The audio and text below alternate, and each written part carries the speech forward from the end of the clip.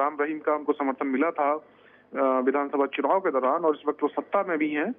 इसलिए अगर सरकार ये जांच करेगी तो उसमें निष्पक्षता बरती जाएगी, ऐसी उम्मीद कम है। इसलिए किसी केंद्रीय जांच एजेंसी सीबीआई से जांच कराई जाए, और जिसको उन्होंने माना, और यही वजह रही कि सीबीआई को जांच के आदेश दिए गए हैं। जी, बहुत शुक्रिया मनोज, आप बने रहिए हमारे साथ, आगे भी आपसे खबरों पर अपडेट लेते रहेंगे। बढ़ते हैं आगे। अदालत के अवमानना मामले में पंजाब और हरियाणा हाईकोर्ट में रामपाल की सुनवाई हुई। सुनवाई में रामपाल पेश हुए। मामले की सुनवाई के दौरान हरियाणा सरकार ने रामपाल आश्रम के 10 बैंक खाते, आश्रम से मिले 3,41,000 रुपए और आश्रम में मिले सामान की बोली से मिले 41 लाख रुपए समेत कुल करीब 55,68,000 रुपए का ब्यौरा सौंपा। इसके साथ ही सरकार ने देश के अन्य प्रदेशों के मुख्य सचिव को लिखे पत्र की भी जानकारी अदालत को दी। पत्र में रामपाल से संबंधित जानकारी मांगी गई थी। सुनवाई के दौरान हरियाणा पुलिस ने अदालत में जानकारी दी कि रामपाल मामले में 9 शिकायत दर्ज की गई हैं। रामपाल के आश्रम में जो लोग कमांडो के तौर पर काम कर रहे थे, उनमें 6 लोग शामिल थे, जिनमें एक हरियाणा पुलिस और एक यूपी पुलिस का था, जबकि बाकी 4 भारतीय सेना से जुड़े रहे। वहीं रामपाल के वकील ने अपना पक्ष रखते हुए रामपाल की संपत्ति का ब्यौरा और ऑपरेशन का खर्च रामपाल से वसूलने के मामले में जवाब दाखिल करने के लिए समय मांगा है। इस मामले की अगली सुनवाई 29 जनवरी को होगी। अदालत ने अगली सुनवाई में रामपाल, कंवरपाल ढाका और ओपी हुड्डा को भी पेश होने के निर्देश दिए हैं। संपत्ति का ब्यौरा दिया है, उसमें उन्होंने टोटल रामपाल या उनके सहयोगी या ट्रस्ट की तरफ से टोटल 10 बैंक अकाउंट्स का ब्यौरा दिया है। बाकी जो कैश रिकवर हुआ है रामपाल से, सतलोक आश्रम से 3,41,300 कॉइन्स रिकवर हुए हैं 60,501 रुपए में, और 43,31,911 की जो पेरिशेबल आइटम्स थी जो ऑक्शन की गई हैं, जो पहले अखबार में रिपोर्ट हो चुका है। ये टोटल उनकी जो अमाउंट है इसका 55,68,712 मूल्यांकन किया गया है। चंडीगढ़ से मनोज जुड़े हैं हमारे साथ। जी मनोज, रामपाल की अवमानना मामले में जो सुनवाई हुई है, क्या कुछ अपडेट है? देखिए, सरकार ने और हरियाणा पुलिस ने अब तक की जो कार्रवाई रही है उसका ब्यौरा कोर्ट के सामने पेश किया। खुद रामपाल को इस मामले में पेश किया गया। इसके अलावा उनके सहयोगी भी रामकुमार ढाका, वो भी इस दौरान मौजूद थे, और इस दौरान उन्होंने बताया कि जो नकद राशि बरामद हुई आश्रम से और कुछ जो सामान की नीलामी हुई है, जो चीजें पाई गई थी आश्रम से, वो पूरी रकम उन्होंने कोर्ट में के सामने पेश की है, और अब तक का ब्यौरा एक तरीके से वहाँ पे रखा गया है। कुल हरियाणा सरकार ने बताया कि कुल 9 मामले दर्ज किए गए हैं संत रामपाल के खिलाफ। तो अब इस मामले में 29 जनवरी को अगली सुनवाई होगी। जी, जो पत्र सौंपा गया है, जो अन्य प्रदेशों के सचिव ने दिया था, उसमें क्या कुछ था, क्या कुछ लिखा था उस पत्र में, क्या जानकारी दी गई कोर्ट को? देखिए, जिस पत्र का जिक्र हो रहा है, दरअसल इसमें कुछ ऐसे लोग थे जो बाबा के साथ काम कर रहे थे, जो फोर्सेस के साथ जुड़े रहे, चाहे वो सेना हो, पुलिस हो, उन लोगों के बारे में इसमें जानकारी थी। जी, बहुत बहुत शुक्रिया मनोज इस तमाम जानकारी के लिए।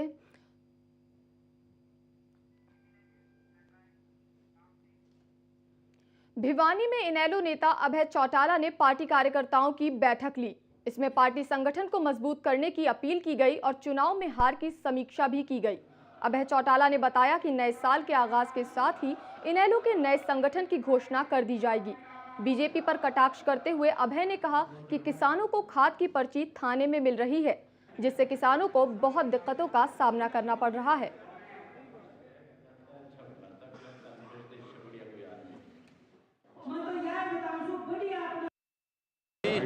हमारी पार्टी के 20 लाख से ज़्यादा सदस्य हैं, लेकिन हमने अपनी पार्टी के संगठन को नए सिरे से पार्टी में लोगों को पदों की जिम्मेवारी दी जाए, उसके लिए कार्यकर्ताओं के सम्मेलन रखें, और उसके साथ साथ हमने अपने कार्यकर्ताओं के धन्यवाद के भी कार्यक्रम रखे कि उन्होंने चुनाव में जिस ढंग से काम किया, उनका आभार व्यक्त किया जा सके।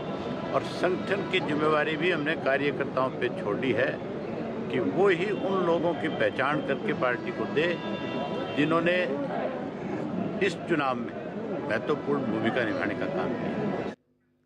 रोहतक छेड़छाड़ मामले में सोमवार को दिल्ली की सीबीआई लैब में दोनों बहनों का पॉलीग्राफी टेस्ट हुआ। टेस्ट के बाद बहनों को उम्मीद है कि सच्चाई सबके सामने आ जाएगी। आरोपी लड़कों का पॉलीग्राफी टेस्ट पहले ही हो चुका है। अब सभी के टेस्ट रिजल्ट 3 दिन के बाद आ जाएंगे और मामला साफ हो जाएगा। इस मामले में यही कहना है कि जैसे आज कल हमारा पॉलीग्राफिक टेस्ट हुआ तो 3 दिन के बाद जो उनके रिजल्ट्स आएगा, उनसे जो जितने भी झूठे हमारे ऊपर दोष लगे हुए हैं वो सब क्लियर हो जाएंगे। देखिए, मुझे यही लगता है टेस्ट हो चुका, हमारी डिमांड के बेस पे ये टेस्ट हुआ है और हमें तो पूरी उम्मीद है कि जो टेस्ट है उसके रिजल्ट आने के बाद सब कुछ क्लियर हो ही जाएगा। अभी रिपोर्ट आएगी वो सच्चाई की आएगी और मेरे को उम्मीद है कि ये सच्चाई सामने आ जाएगी। और कल काफ़ी लंबा ये चले हैं और इसलिए मेरे को पूरी उम्मीद है सच्चाई सामने आएगी। हाँ जी, पॉलीग्राफिक टेस्ट हो गया है, उसमें 3 दिन में रिपोर्ट आ जाएगी और उसके बाद जो भी है रिजल्ट्स वो इन्वेस्टिगेटिंग एजेंसी के पास आ ही जाएंगे। जो पॉलीग्राफी टेस्ट और नार्को टेस्ट की जो विक्टिम्स हैं इन्हीं की तरफ से, हमारी तरफ से ही मांग करी गई थी। उसमें अच्छी बात है कि एक स्टेप तो आगे चले गए। अगर इससे भी सारी चीज़ें क्लियर नहीं होती तो हमारी फर्दर मांग रहेगी कि नार्को टेस्ट। हरियाणा राजकीय कंप्यूटर लैब सहायक संघ का धरना आज 42वें दिन भी जारी रहा। संघ के 7 सदस्यों ने अपनी मांगों को लेकर कल से आमरण अनशन शुरू कर दिया है। आज संघ के कुछ सदस्यों को मुख्यमंत्री ने मीटिंग के लिए चंडीगढ़ बुला लिया है, लेकिन प्रदर्शनकारियों ने साफ कर दिया कि जब तक मांगे पूरी नहीं होती आमरण अनशन जारी रहेगा। अगर मीटिंग में कोई हल नहीं निकला तो वे आगामी 25 दिसंबर को विधानसभा का घेराव करेंगे। इनकी मांग है कि उन्हें शिक्षा विभाग के अधीन लिया जाए। इसके अलावा पिछले 8 महीने से रुका हुआ वेतन दिया जाए, साथ ही बतौर एडवांस ली गई 10,000 रुपए सिक्योरिटी भी वापस की जाए।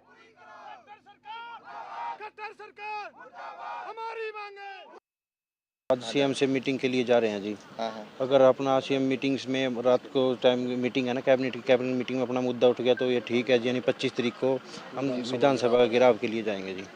अभी सीएम से मिलने जा रहे हैं? हाँ जी, सीएम से मिलने जा रहे हैं जी। अभी हरियाणा सरकारी कॉलेज एक्सटेंशन लेक्चरर्स संघ का डेलीगेशन आज अपनी मांगों को लेकर मुख्यमंत्री से मिलने चंडीगढ़ के लिए रवाना हो गया। इनका कहना है कि मुख्यमंत्री से मुलाकात के बाद ही फैसला लिया जाएगा। संघ के नेता सुमेर ने बताया कि वेतन विसंगति दूर किए जाने की मांग को लेकर वे 25 दिसंबर से पंचकुला में धरने पर बैठे हैं।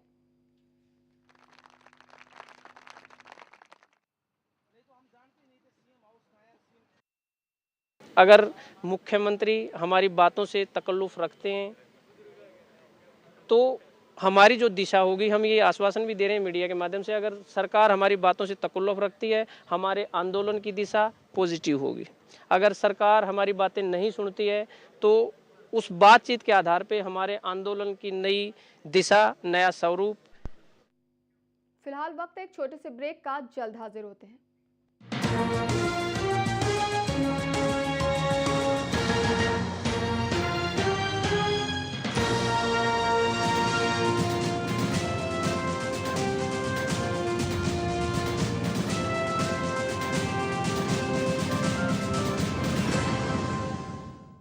क्या आपका पशु बार बार फूल दिखाता है और बार बार फिर रहा है? इसका मतलब है कि उसका गर्भाशय कमजोर है। इसके लिए अपने पशु को दें गोधन आयुर्वेदिक औषधि, जिसमें है अबरक, लौह व वंग भस्म, जो दे आपके पशु के गर्भाशय को ताकत, जिससे पशु में फूल या पाछा दिखाने की समस्या दूर होती है और पशु स्वस्थ बच्चे को जन्म देता है। गोधन का पूरा कोर्स, एक विश्वसनीय औषधि। क्या है नीतियां सरकार की उन मुद्दों पर जो करते हैं जनता के रोजमर्रा के जीवन को प्रभावित, और उनका है कितना असर? कहां है कमियां? देखिए कार्यक्रम नीतियां सरकार की रोजाना शाम 7:30 बजे। ज्यादातर किसानों ने सरताज जिप्सम को अपनाया। जीरी की फसल है, उसमें पानी लगभग भरा रहता है। मैंने 5-4 एकड़ में 5 पैकेट पर एकड़ के हिसाब से डाले। जीरी की फसल 2 क्विंटल प्रति एकड़ के हिसाब से ज्यादा हुई। अब मैं 32 एकड़ में सरताज जिप्सम डालने के लिए तैयार हूँ। सरताज जिप्सम नेचुरल इंपोर्टेड सल्फर व कैल्शियम से युक्त। सत्ता के गलियारों से फिल्मी सितारों तक, बाजार की चाल, खिलाड़ियों का हाल, कब क्या हुआ, किसने किया, देश प्रदेश की तमाम खबरें हम लाते हैं आप तक। देखिए खबरें अभी तक।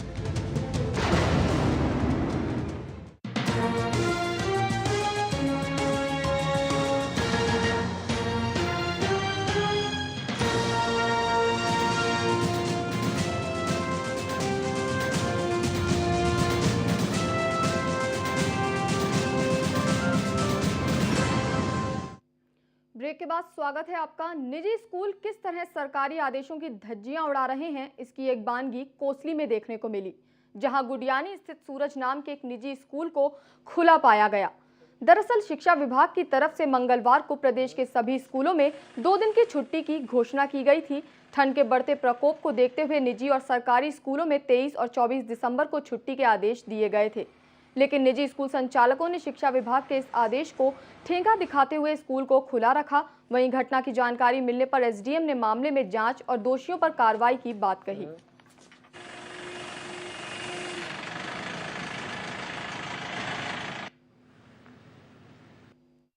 इस बारे में सख्त कार्रवाई की जाएगी उसके खिलाफ। आज उसको नोटिस दिया जाएगा इस बारे में। ठीक है, अभी कार्रवाई होगी? अभी कार्रवाई। क्या आप चेक करोगे स्कूल को जाकर? मैं बीओ का आदेश देता हूँ अभी चेक करने के लिए। उधर सफीदों में भी ठंड के कारण सरकार के स्कूल बंद के आदेश की धज्जियां उड़ती नजर आईं। सफीदों के रामपुरा गांव में स्थित बीएसएम स्कूल को विभाग के निर्देशों की अनदेखी करते हुए देखा गया। निर्देश के बावजूद स्कूल खुला मिला। बीएसएम स्कूल के प्राचार्य का कहना है कि उन्हें नहीं मालूम था कि विभाग ने ऐसे निर्देश दिए हैं। उनका कहना था कि सोमवार देर रात को उन्हें निर्देश का पता चला। इसके बाद सुबह बच्चों के स्कूल में आने पर उनकी छुट्टी अगले सोमवार तक कर दी गई है।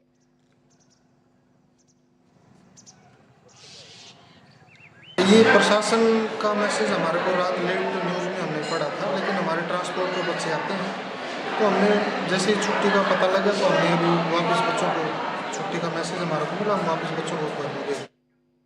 इस खबर पर ज्यादा जानकारी के लिए सफीदों से सत्यदेव जुड़े हैं। जी सत्यदेव, तो स्कूल खुला मिला, क्या तर्क दिया है स्कूल प्रशासन की तरफ से, क्या तर्क दिया गया?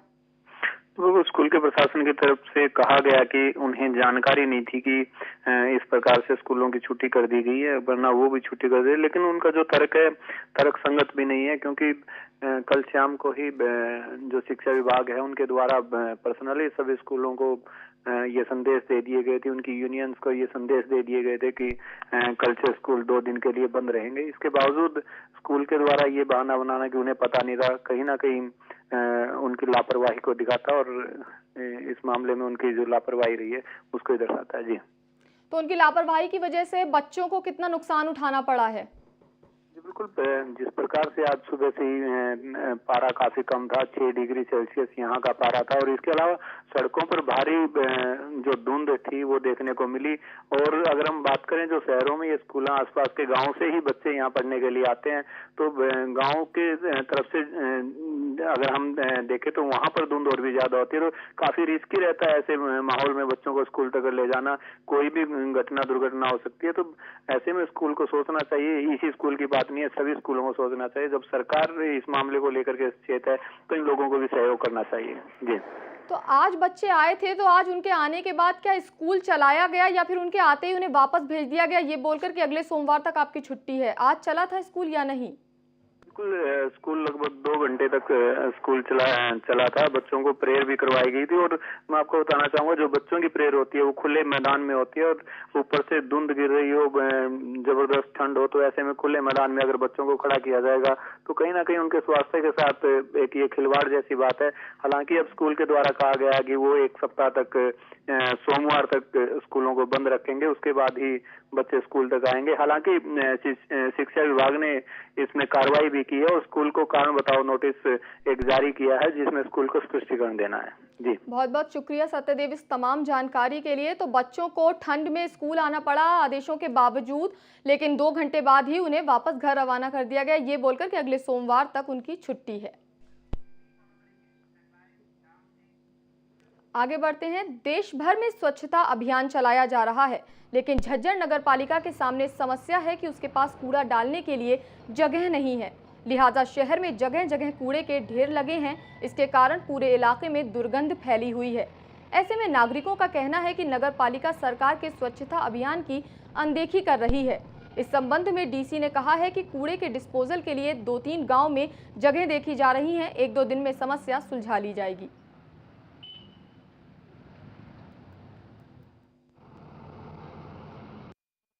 कई बार तो हफ्ता लग जाते हैं और कई बार कहते हैं तो ये बताते हैं जगह नहीं आगे डालने वाली, इसलिए यहाँ पड़ा रहता है। फिर नगर पालिका वाले उठाते भी नहीं है यहाँ? नगर पालिका वाले आते हैं लेकिन उठाते नहीं है, वो बोलते हैं आगे डालने के लिए कहीं जगह नहीं है। 15 दिन हो लिए पूरे, ठीक है।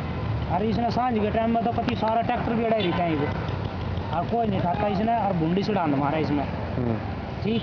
जब हमने इस बात का बेराना भैया क्यों ना ठाकर के बीमारी है और सारे काम करेंगे, जो वाल्मीकि है ना, ये जो मजदूर है सारे काम कर भीतर ताई का कूड़ा लाकर लगे रहे। झज्जर के साथ ये प्रॉब्लम है कि यहाँ पर कूड़ा डिस्पोजल के लिए कोई जगह नहीं है, तो इसकी तलाश की जा रही है। 2-3 गांव में ज़मीन देखी है और जल्दी इस सप्ताह के अंदर में इसको फाइनलाइज कर देंगे। उसके बाद कूड़े की कोई शिकायत नहीं आएगी, सारा उठा के वहाँ डाला जाएगा।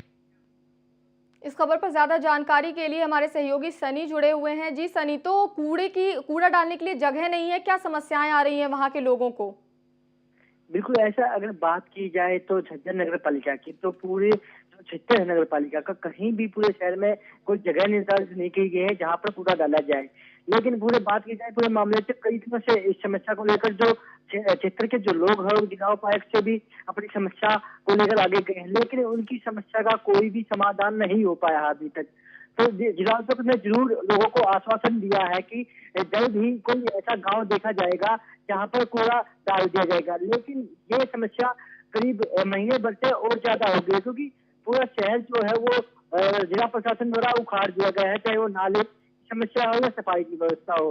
क्योंकि एक तरफ ऐसा देखा जाए तो पूरा भारत से जो स्वच्छ भारत अभियान का एक अभियान चलाया गया है, लेकिन झज्जर में इसका उल्टा देखा जा रहा है।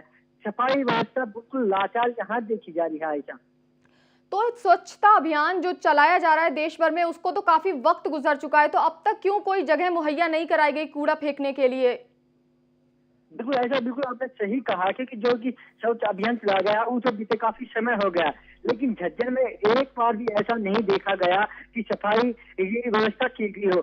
1-2 बार कुछ जो स्थानीय नेता है या जो कि कृषि मंत्री जो कि झज्जर क्षेत्र से ही है, उन्होंने भी 1-2 बार ही सिर्फ खाना पूर्ति ही की गई, लेकिन जो पूर्ण रूप से सफाई होनी चाहिए थी वो कहीं भी झज्जर शहर में नहीं देखी गई।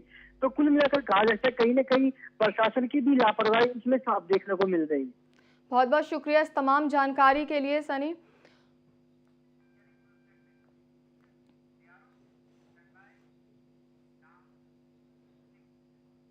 और इसी वक्त एक बड़ी खबर आ रही है चंडीगढ़ से, जहां हरियाणा कैबिनेट की बैठक हो रही थी। बैठक में एक बड़ा फैसला लिया गया है, जमीन अधिग्रहण। चंडीगढ़ में ये बैठक हुई जिसमें जमीन अधिग्रहण रद्द करने का फैसला लिया है। जी हां, आपको बता दें कैबिनेट की बैठक हुई थी आज चंडीगढ़ में, जिसमें जमीन अधिग्रहण रद्द करने का फैसला लिया गया। बावल में 16 जमीनों का अधिग्रहण रद्द कर दिया गया है। जमीन अधिग्रहण रद्द करने का फैसला आज हरियाणा सरकार ने लिया है। 16 गांव की बावल के 16 गांव की जमीन अधिग्रहण को रद्द कर दिया गया है। बड़ी खबर आ रही है चंडीगढ़ से। इसी खबर पर ज्यादा जानकारी के लिए मनोज जुड़े हैं हमारे साथ। जी मनोज, क्या कुछ हुआ है आज कैबिनेट की बैठक में, क्या फैसला लिया गया? देखिए, अभी ये खबर निकल कर आ रही है कैबिनेट से। दरअसल एक प्रेस कॉन्फ्रेंस होने वाली थी, लेकिन प्रेस कॉन्फ्रेंस कैंसिल की गई। उस वजह से अभी तक इस मामले में किसी ने पुष्टि नहीं की, लेकिन जो खबर निकल कर आ रही है उसके मुताबिक बावल में करीब 3600 एकड़ जमीन अधिग्रहण करने जा रही थी जो हरियाणा सरकार, उस फैसले को सरकार ने रद्द कर दिया है। हालांकि इसमें सेक्शन 9 भी सुनाया जा चुका था और मुआवजे का भी ऐलान कर दिया गया था, लेकिन किसान ज्यादा मुआवजे की मांग कर रहे थे। हालांकि इसमें करीब 2 गांव ऐसे थे जिनके किसान अपनी जमीन देने के लिए तैयार थे, लेकिन ज्यादातर किसान करीब 2 करोड़ प्रति एकड़ के हिसाब से मुआवजा मांग रहे थे। और इसको लेकर एक हाई पावर कमेटी गठित की गई थी, जिसने कल रात अपनी रिपोर्ट सौंपी है हरियाणा सरकार को। उसमें ये सिफारिश की गई थी कि किसानों की सहमति के बिना उनकी जमीन न ली जाए, और उस फैसले पर आज कैबिनेट ने अपनी मुहर लगा दी है। जी, बहुत बहुत शुक्रिया इस तमाम जानकारी के लिए मनोज। तो चंडीगढ़ में आज हरियाणा कैबिनेट की बैठक हुई, जिसमें एक बड़ा फैसला लिया गया। जमीन अधिग्रहण रद्द कर दी गई। बावल के 16 गांव की जमीन अधिग्रहण रद्द करने का फैसला लिया गया।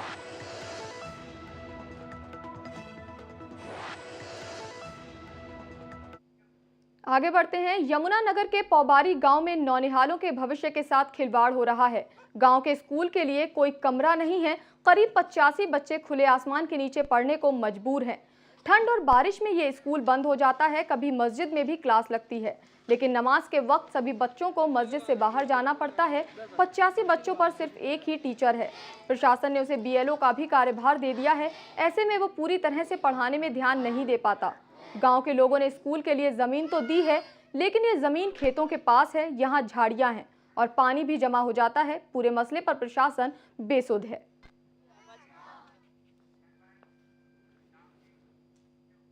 अब फरीदाबाद पुलिस के 3 ताऊ कॉलेज और स्कूलों में लड़कियों को छेड़खानी करने वालों से बचाएंगे। साथ ही ट्रैफिक रूल तोड़ने वालों को सबक भी सिखाएंगे। ये ट्रैफिक नियमों के प्रति जागरूकता भी लाएंगे।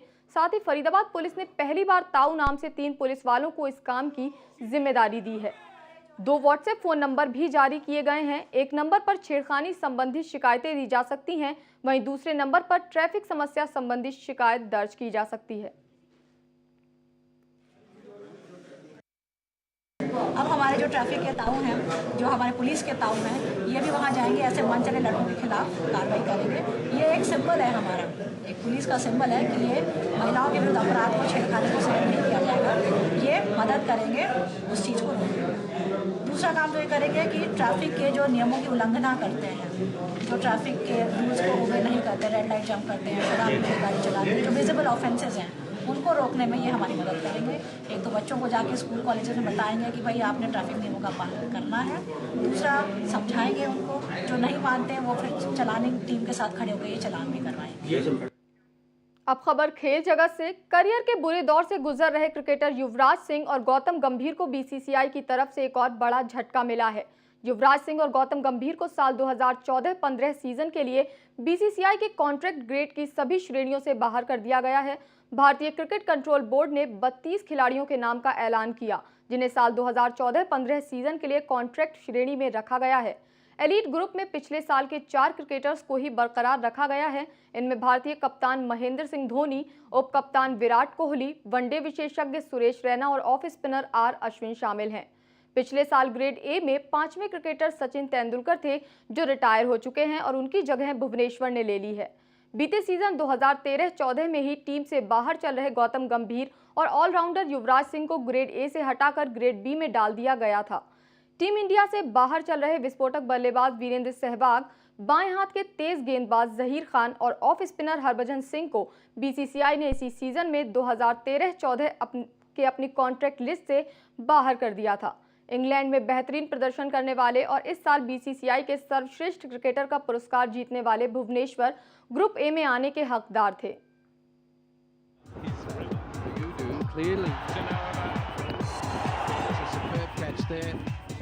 कैरियर के बुरे दौर से गुजर रहे क्रिकेटर युवराज सिंह और गौतम गंभीर को BCCI की तरफ से एक और बड़ा झटका लगा है।